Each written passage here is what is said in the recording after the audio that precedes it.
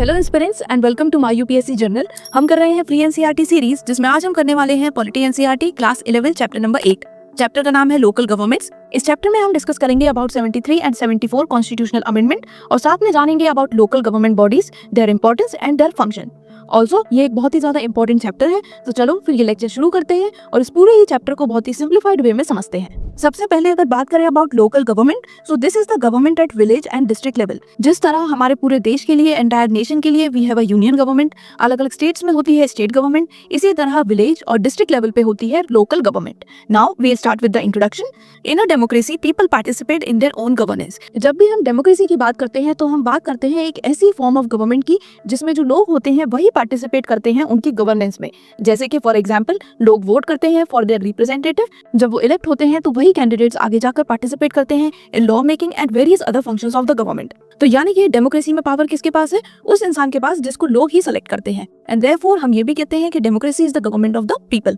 Moving on, local government provide platform for direct participation. अब ये जो लोकल गवर्नमेंट होती है जो आपको देखने को मिलती है in villages and in district, ये गवर्नमेंट लोगों को मौका देती है डायरेक्टली गवर्नेंस में पार्टिसिपेट करने का, in decision making, in various implementation of laws and policies. इसीलिए लोकल गवर्नमेंट को कहा जाता है the government closest to common people. ऐसी गवर्नमेंट जो लोगों के, कॉमन पीपल के सबसे ज्यादा क्लोजेस्ट है, सबसे ज्यादा नजदीक है, क्योंकि वो डायरेक्टली इसके साथ कनेक्टेड है। Next, local self government is essential in a large country like India for better governance at grass root. यानी कि जितनी भी बड़ी बड़ी कंट्रीज हैं जैसे कि हमारी अपनी इंडिया, इन कंट्रीज में लोकल सेल्फ गवर्नमेंट बहुत ही ज्यादा इंपॉर्टेंट हो जाती है, क्योंकि इससे आपको बेटर गवर्नेंस देखने को मिलता है एट ग्रास रूट, यानी कि एट फंडामेंटल लेवल। क्योंकि यहाँ पर जो लोकल गवर्नमेंट होगी वो लोगों के साथ इन्वॉल्व होगी उनकी डे टू डे लाइफ में, साथ में जो लोगों के कॉमन प्रॉब्लम्स हैं वो लोकल गवर्नमेंट को, लोकल रिप्रेजेंटेटिव्स को बहुत अच्छे से समझ आ पाएगी और वो उसका बढ़िया बेस्ट सोल्यूशन भी लोगों को प्रोवाइड कर पाएंगे। इसीलिए बड़ी बड़ी कंट्रीज में local self government is very essential. Next, in India local government is the third tier of government below union and state government. India में सबसे पहले we have union government at the top, उसके बाद अलग अलग state की है state government, and then the third tier is the local government. साथ में एक चीज और हमें समझनी है कि local government we have for urban areas as well as for rural areas. तो इस चैप्टर में हम दोनों के ही बारे में डिस्कस करेंगे और अब हम शुरू करेंगे विद द हिस्टोरिकल बैकग्राउंड। सबसे पहले रूरल लोकल गवर्नमेंट, जिसे हम पंचायती राज भी बोलते हैं। So this idea of local self government has existed in India since ancient time. ये जो लोकल सेल्फ गवर्नमेंट का आइडिया है ये कोई नया नहीं है, ये इंडिया में एग्जिस्ट कर रहा है सिंस एंशिएंट टाइम्स। और ये बात बिल्कुल सही भी है, क्योंकि हमने एंशिएंट हिस्ट्री में डिस्कस किया था अबाउट सभास, जो कि होते थे अलग अलग लोगों के ग्रुप्स, जहां पर वो डिस्कस करते थे, डिसीजन लेते थे फॉर देयर एंटायर ग्रुप। ठीक है, तो ये होती थी सभास। इसके अलावा हमने विलेज पंचायत के बारे में भी पढ़ा है। तो ये सारी ही हो गई लोकल गवर्नमेंट और ये इंडिया में बहुत ही पुराने टाइम से एग्जिस्ट कर रही हैं। Next, during British rule local governance was restricted and controlled by colonial administrator. जब ब्रिटिशर्स इंडिया पर रूल कर रहे थे तो उस टाइम भी लोकल गवर्नमेंट एग्जिस्ट करती थी, बट ये फंक्शन करती थी इन अ रेस्ट्रिक्टेड एंड कंट्रोल्ड वे, क्योंकि इसको कंट्रोल कर रखा था कॉलोनियल एडमिनिस्ट्रेशन ने। इसके अलावा Lord Ripon's resolution is considered the foundation of modern local self government in India. Lord Ripon जब इंडिया के वाइसरॉय थे तो इन्होंने अलग अलग लोकल गवर्नमेंट बॉडीज फॉर्म की थी और इन लोकल गवर्नमेंट बॉडीज को बोला जाता था लोकल बोर्ड्स। और इन लोकल गवर्नमेंट बॉडीज के जो रिप्रेजेंटेटिव्स थे दीज वर इलेक्टेड मेंबर्स, और इसीलिए लॉर्ड रिपन रेजोल्यूशन को कहा जाता है foundation of modern local self government in India. ठीक है, तो ये आपको याद रखना है। Next, post independence article 40 asks the state to organise village panchayat. Independence के बाद हमारे कॉन्स्टिट्यूशन के आर्टिकल नंबर 40 में स्टेट्स को दिया गया था ये सब्जेक्ट, यानी कि ये power to decide and organise village panchayat. अब ये पावर स्टेट के पास थी कि उन्हें विलेज पंचायत कैसे ऑर्गेनाइज करनी है। एंड सिंस ये मेंशन था इन आर्टिकल नंबर 40 जो कि डायरेक्टिव प्रिंसिपल है, तो हमें ये ऑलरेडी पता है कि जो डायरेक्टिव प्रिंसिपल्स होते हैं ना तो ये जस्टिशिएबल होते हैं और ना ही ये एनफोर्सिएबल। देयरफॉर ये completely up to the state था कि उन्हें विलेज पंचायत चाहिए या नहीं चाहिए, कैसे चाहिए, किस पर्टिकुलर रूल्स एंड कंडीशंस के अकॉर्डिंग चाहिए। ठीक है, तो ये हो गया after independence. Now local bodies remained weak and irregular until the 73rd constitutional amendment act. ये जो लोकल गवर्नमेंट बॉडीज थी ये एग्जिस्ट तो करती रही हमारे पास्ट में भी, लेकिन ये काफी इरेगुलर और वीक थी, क्योंकि जो स्टेट्स थी वो प्रॉपरली इनके लिए लॉज एंड फंक्शनिंग नहीं बना रही थी। इलेक्शन रेगुलर नहीं होते थे, इनको क्या फंक्शन करना है एग्जैक्टली इन लोकल बॉडीज को नहीं पता था। ठीक है, तो ये सारे जो चेंजेस हुए for the betterment of local government ये हुए after 73 constitutional amendment. Now talking about urban local government, तो फर्स्ट म्युनिसिपल कॉर्पोरेशन फॉर्म हुई थी इन मद्रास इन 1687। इसके बाद it was followed in Bombay and Calcutta. तो ये याद रखना है, सबसे पहले मद्रास में, उसके बाद बॉम्बे एंड उसके बाद Calcutta.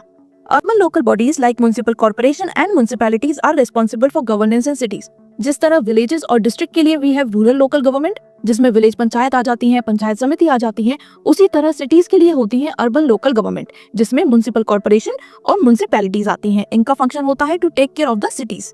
Next, these were also formalised through 74 constitutional amendment act, यानी कि 74 कॉन्स्टिट्यूशनल अमेंडमेंट के बाद ये जो अर्बन लोकल गवर्नमेंट बॉडीज है ये भी फॉर्मलाइज हो गई, इनको भी कॉन्स्टिट्यूशनल रिकॉग्निशन मिला। नाउ सिंस हमने लोकल गवर्नमेंट बॉडीज की हिस्ट्री जान ली, अब हम डिस्कस करेंगे अबाउट 73 एंड 74 कॉन्स्टिट्यूशनल अमेंडमेंट।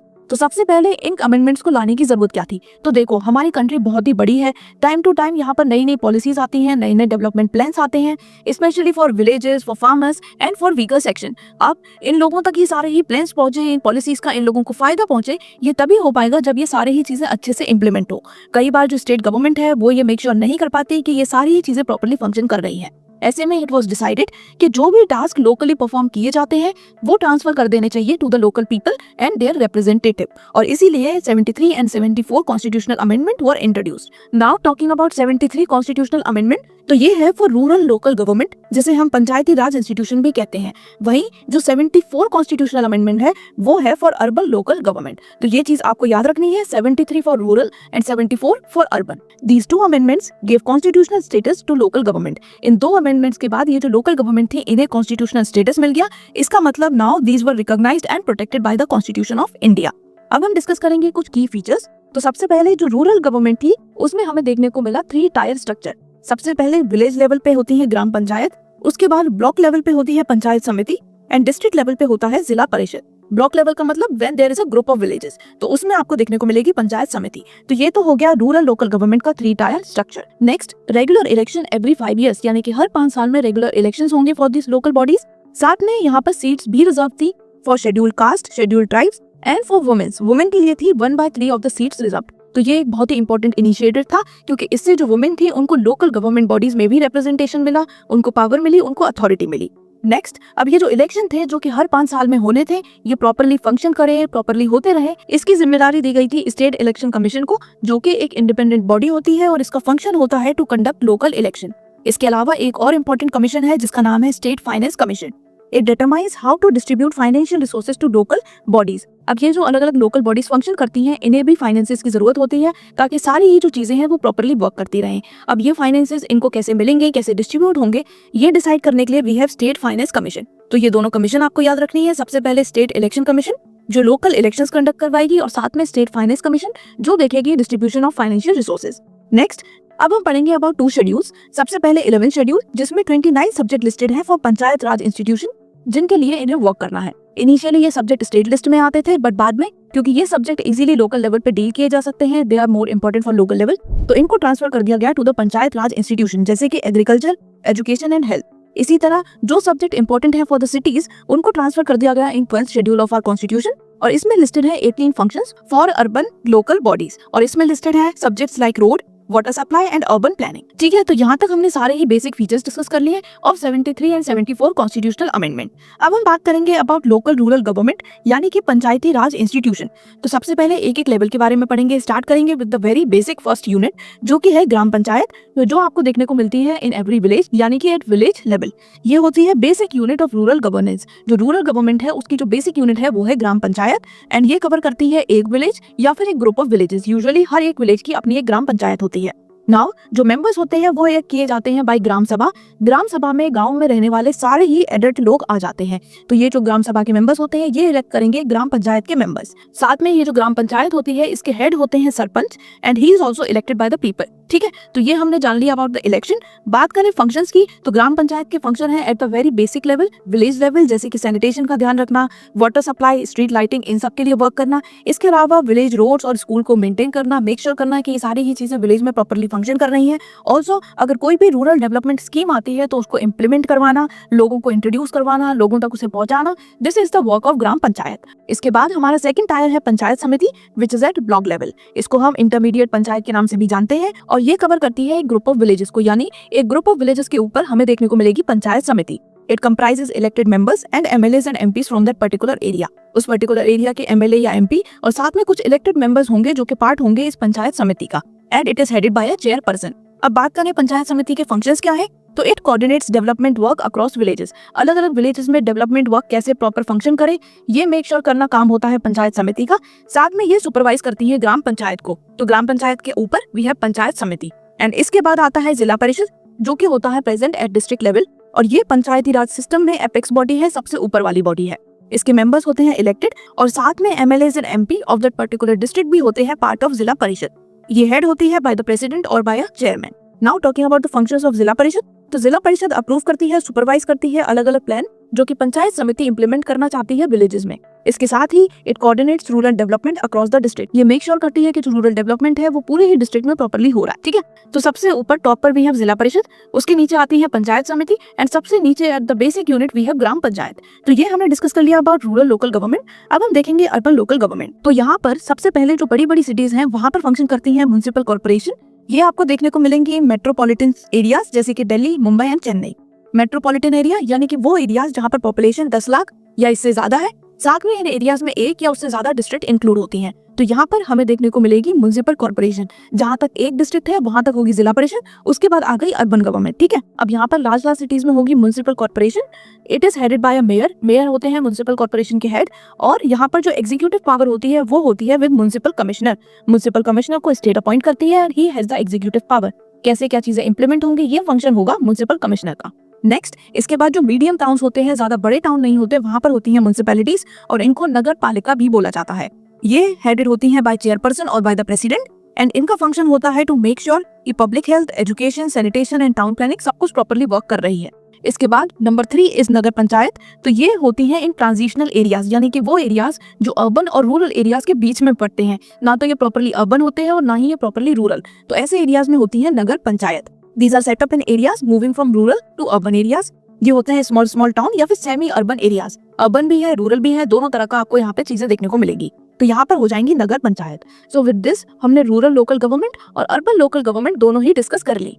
अब हम डिस्कस करेंगे सिग्निफिकेंस ऑफ लोकल गवर्नमेंट। ये जो लोकल गवर्नमेंट है इसका इंपॉर्टेंस क्या है। तो सबसे पहले it encourages direct participation of citizen. यहाँ पर जो सिटीजन है वो डायरेक्टली पार्टिसिपेट कर सकते हैं। सपोज अगर आपके एरिया में there is no proper water supply, तो अगर आप अर्बन एरियाज में हैं तो आप म्युनिसिपल कॉर्पोरेशन को कनेक्ट कर सकते हैं। अगर आप विलेजेस में हैं तो आप ग्राम पंचायत को जाकर अपनी परेशानी बता सकते हैं। तो यहाँ पर आप जो गवर्नमेंट है उसके साथ डायरेक्ट कॉन्टेक्ट में है, आप जाकर डायरेक्ट उनसे बात कर सकते हैं। तो इसीलिए ये एनकरेज करती है direct participation of citizen. Next, address local problems more efficiently. अब जो लोकल लोग होंगे, लोकल रिप्रेजेंटेटिव होंगे, तो उन्हें लोकल लोगों की जो प्रॉब्लम्स है वो अच्छे से समझ आ पाएंगी, प्रॉपर सॉल्यूशन बता पाएंगे और साथ में लोगों को अच्छे से हैंडल भी कर पाएंगे, ठीक है। तो ये भी एक इंपॉर्टेंस है। Next, it promotes democratic decentralisation. Democratic decentralisation का मतलब transfer of power and authority from central to local government. ये हमने अभी ऊपर ही देखा कि कैसे जो सब्जेक्ट लोकल इंपॉर्टेंस के थे उन्हें शेड्यूल 11 और शेड्यूल 12 में ऐड कर दिया गया। ये पावर अब स्टेट से लेकर लोकल गवर्नमेंट को दे दी गई कि भाई इन चीजों की टेक केयर अब आपको करनी है। तो ये हो रहा है डेमोक्रेटिक डिसेंट्रलाइजेशन यानी कि पावर और अथॉरिटी का transfer from the higher government to the lower government. इसके अलावा it improve service delivery and implementation of schemes. जो भी सर्विसेज हैं, जो भी स्कीम्स हैं, जो भी नई नई पॉलिसीज आ रही है वो और ज्यादा अच्छे से लोगों तक पहुंच पाएंगी और इम्प्लीमेंट हो पाएंगी because of this local government. Also it builds accountability and transparency at grass root. जो ग्रास रूट लेवल है, जो बिल्कुल ही फंडामेंटल फाउंडेशनल लेवल है, वहां पर लोगों को अकाउंटेबिलिटी मिलती है। They are accountable to the government और साथ में ट्रांसपेरेंसी होती है इन द वर्किंग। लोगों को समझ आता है कि काम कैसे हो रहा है, चीजें सही हो रही है या गलत। तो ये एक बहुत ही ज्यादा इंपॉर्टेंट चीज है बिकॉज इससे लोगों का जो ट्रस्ट है ओवर द सिस्टम वो बिल्टअप होता है, ठीक है। तो ये हमने डिस्कस कर लिया about the significance of local government. अब हम मूव करेंगे हमारे नेक्स्ट टॉपिक पे which is challenges in local government functioning. यानी कि ये जो लोकल गवर्नमेंट है इसके फंक्शनिंग में क्या अलग अलग चैलेंजेस आते हैं। So the first is lack of funds and financial dependence on state. जो लोकल गवर्नमेंट है उनके पास फंड्स की कमी होती है और उन्हें स्टेट्स के ऊपर डिपेंड करना पड़ता है for financial support. Irregular election and delays. कई बार जो इलेक्शंस होते हैं उनमें हमें इरेगुलरिटी और डिलेज देखने को मिलते हैं। लिमिटेड डिवोल्यूशन ऑफ पावर यानी कि state governments don't give full control over subject. जो स्टेट गवर्नमेंट है वो लोकल गवर्नमेंट को पूरा कंट्रोल नहीं देती है ऑफ द इंपॉर्टेंट सब्जेक्ट और ऐसे में जो पावर है वो लिमिटेड है with the local governments. Next is bureaucratic interference. जो ऊपर हायर ऑफिशियल्स हैं वो कोशिश करते हैं कई बार इंटरफेयर करने की, मैनिपुलेट करने की या फिर लोकल गवर्नमेंट की वर्किंग को चेंज करने की। So this is also a issue. Next is lack of trained personnels यानी कि वो लोग जो कि रिप्रेजेंटेटिव होते हैं वो प्रॉपर्ली ट्रेन नहीं होते, स्पेशली जो विलेजेस में रहते हैं। ना तो वो प्रॉपर्ली एजुकेटेड होते हैं, ना ही उन्हें अदर स्किल्स आती हैं। सो इट इज इंपॉर्टेंट कि जो भी पावर में आए, जो भी एज अ रिप्रेजेंटेटिव इलेक्ट हो, गवर्नमेंट उन्हें ट्रेनिंग प्रोवाइड करे ताकि वो और अच्छे से अपनी ड्यूटीज को फुलफिल कर पाए। And last is political interference and corruption. तो ये तो ऑब्वियसली है ही कि हर लेवल पे पॉलिटिकल करप्शन और पॉलिटिकल इंटरफेरेंस देखने को मिलता है। So these are certain challenges of local government functioning. अब हमारा नेक्स्ट टॉपिक है क्रिटिकल इश्यूज। तो सबसे पहले autonomy versus control. Local bodies are dependent on state government for finances and administrative power. Although ये जो लोकल बॉडीज हैं इनका इलेक्शन अलग से हो रहा है, इनके पास अपने अलग सब्जेक्ट हैं, अपने अलग फंक्शन है, अपनी अलग ड्यूटीज हैं, लेकिन still they are not completely autonomous. इन्हें स्टेट के ऊपर डिपेंड होना पड़ता है फॉर फाइनेंसेस एंड साथ में अलग अलग एडमिनिस्ट्रेटिव पावर्स के लिए, क्योंकि स्टेट्स ने काफी लिमिटेड पावर दी है टू द लोकल गवर्नमेंट। तो ऐसे में क्वेश्चन अराइज होता है कि ऑटोनॉमी है या फिर control. Next, there is a tension between decentralisation and control by state level politician and bureaucracy. एक तरफ हम बोलते हैं कि डिसेंट्रलाइजेशन हो रहा है, पावर स्टेट से लेकर लोकल गवर्नमेंट को दी जा रही है, और दूसरी तरफ हमें देखने को मिलता है पॉलिटिशियन और ब्यूरोक्रेसी का control over the local government. तो ये कुछ इश्यूज हैं, सर्टेन क्वेश्चंस हैं जो कि ऑब्वियसली हमारे माइंड में आने चाहिए। नेक्स्ट, बात करें about the capacity building. So training of elected representative and staff is crucial. ये एक इंपॉर्टेंट चीज है जिसके लिए हमारी स्टेट को स्टेप्स लेने चाहिए। जो भी स्टाफ है, जो भी ऑफिशियल्स हैं, उनकी प्रॉपर ट्रेनिंग होनी चाहिए so that they can function in the best way. Next, many representative specially in rural areas are not well educated. काफी सारे जो रूरल एरियाज में रिप्रेजेंटेटिव्स होते हैं वो वेल एजुकेटेड नहीं होते, और ऐसे में ट्रेनिंग उनको दिया जाना और भी ज्यादा इंपॉर्टेंट होगा, क्योंकि तभी वो अपना जो रोल है, फंक्शन है, उसे अच्छे से समझ पाएंगे और उसे फुलफिल भी कर पाएंगे। ठीक है, तो ये हमने देख लिया सर्टेन क्रिटिकल इश्यूज, और अब हम डिस्कस करेंगे conclusion. So number 1, local governments are the foundation of democracy in India. Local government India की डेमोक्रेसी की फाउंडेशन है, क्योंकि ये वर्क करती है at the grass root level. Despite their limitation, they provide citizens with means to participate in governance and solve problem at grassroots. Although काफी सारे limitations हैं, काफी सारे restriction हैं, but still ये local government लोगों को एक opportunity देती है कि वो अपनी problems को local level पे, एकदम basic level पे ही solve कर पाएं, and this increases their trust on the government. The 73 and 74 amendment marked a landmark step in empowering local institutions. 73 और 74 कॉन्स्टिट्यूशन अमेंडमेंट बहुत ही ज्यादा इंपॉर्टेंट है। ये एक लैंडमार्क स्टेप थे जो लिए गए थे, जिनके थ्रू जो लोकल गवर्नमेंट बॉडीज हैं उनको एम्पावर किया गया था। But the real success lies in better implementation, funding and to decentralisation of power. But इन अमेंडमेंट्स की रियल सक्सेस तभी होगी जब इन्हें प्रॉपरली हर स्टेट में इम्प्लीमेंट किया जाए, साथ में जो फंडिंग है वो रेगुलरली प्रोवाइड की जाए to this government bodies, and there is true decentralisation, यानी कि जो स्टेट है जो अभी इन्हें लिमिटेड पावर दे रही है उन्हें सच में प्रॉपरली पावर इन्हें देना चाहिए, इन्हें कंट्रोल देना चाहिए, इन्हें अथॉरिटी मिलनी चाहिए, ताकि ये अच्छे से वर्क कर पाए for the local people. So with this, our chapter number 8, local government comes to an end. अब अगर आपको किसी भी कंसेप्ट में, किसी भी टॉपिक में कोई भी डाउट है तो आप कमेंट में पूछ लेना। Now talking about the notes, तो ये नोट्स आपको मेरे इंस्टाग्राम पर मिल जाएंगे, आप मुझे वहां फॉलो कर सकते हो, और लेक्चर कैसा लगा ये बताना बिल्कुल मत भूलना। मैं मिलूंगी आपसे नेक्स्ट वीडियो में। Till then bye bye, take care, पढ़ाई करते रहो।